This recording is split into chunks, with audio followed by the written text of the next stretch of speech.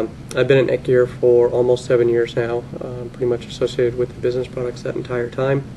I've been a product line manager most of that time, defining the solutions, doing some testing around them, setting them up in our labs, and then creating the documentation so our various channels can put their hands around these solutions and then start putting them together and selling them, and also that end users can say, oh, okay, well, I can do one of these things, and okay, this is what I need to do it, and oh, yeah, it didn't look very difficult, I just need to set these configurations. But where I fit in is I get the people and say, hey, you really need to add this feature to your routers, because then we could do this with the solution, or hey, you really need to come out with this kind of switch, because if we had this, then you could do this with the solution. So it's more of an advisory, influencing role on the roadmap.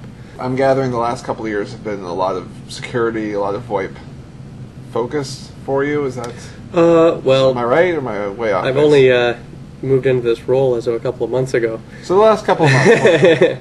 So there's been a lot of VoIP focus recently. Security is also a focus, given that we have great capabilities there with both our IPsec VPN firewalls, and then in conjunction with our SSL VPN concentrator, so we can create good solutions around those. And then creating overall wireless networks, because you can, by tying together our PoE switches and the wireless access points, you can create kind of an integrated solution there of a very flexible, yet simple to deploy and easy to design a wireless network that has really good coverage. And then combining the switches in there, just that creates the whole solution. What's an example of something that you guys did maybe ahead of the mainstream? Well, NETGEAR created the smart switch type of product, which if you're familiar with switches, you know that there's a range of switches starting from the unmanaged, which are plug and play, kind of simple and dumb, and then all the way up to the layer 3, which do routing and all kinds of fancy bells and whistle features. Well, a couple of years ago, we saw that there was layer 3 managed switches, there were layer 2 managed switches, and there were unmanaged switches. Well, all the managed products, layer 2 and layer 3, those were being developed for large enterprise customers because they were a majority of the market. And the other way to say about it is nobody was really focusing on what the SMB customer needed out of a managed switch. Okay. So all the products on the market were being developed by HP, 3Com, Cisco, Extreme, Foundry, those folks who care about the enterprise market, and that's their customer that they focus on. And the other products that that were coming out were trying to mirror those guys, and so they had all those features. So we said, well, there's a pretty big gap between the features and price of a managed switch and the features and price of an unmanaged switch.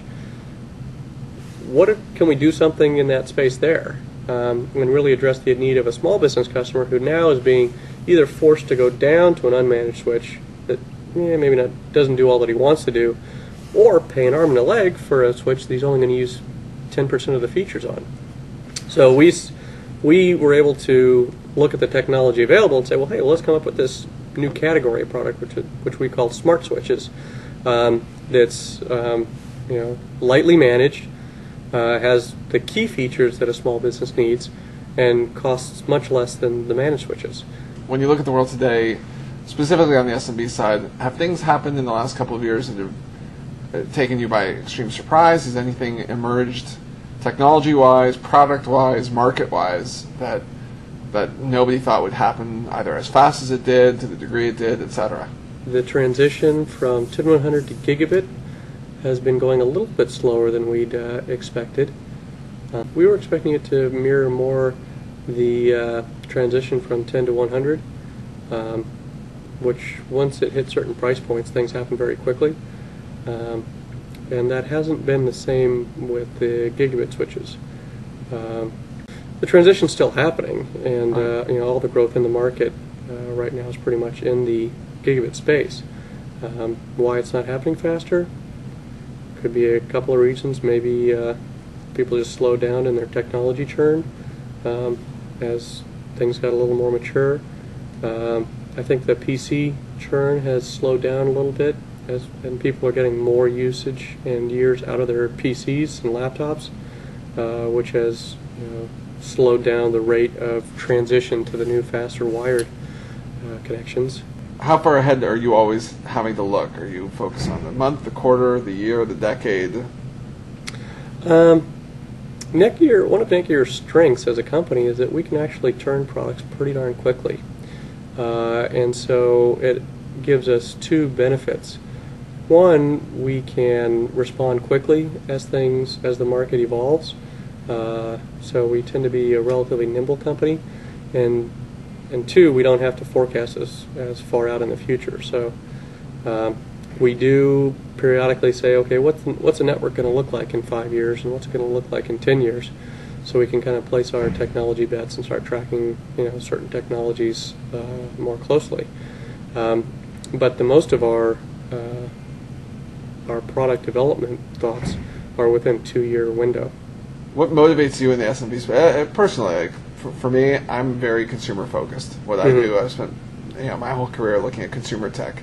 That's the space I love. Selling to enterprise would bore the heck out of me. What is it about the market that excites you, that drives you? Well, the SMB market is interesting. I guess it's a challenge just like any other market space. One difference between the consumer space and the small business space is it's not stuff that necessarily you're going to take home and use in your own home. But maybe I'm just a geek at heart. But some of the things that you can do are just kind of cool, and and the way that we make it easy for SMBs to deploy it and make it affordable. That's just kind of the fun stuff that we do. I was in charge of the unmanaged gigabit switches, and when we took those to $50 street price and say, well, hey, now you can buy a 5-port gigabit switch for $50. Now that's just kind of cool to do that and lead the market that way and enable the SMB customer to do things. And developing stuff like a smart switch, it's bringing innovation that matters to SMB is, I guess, kind of the short term.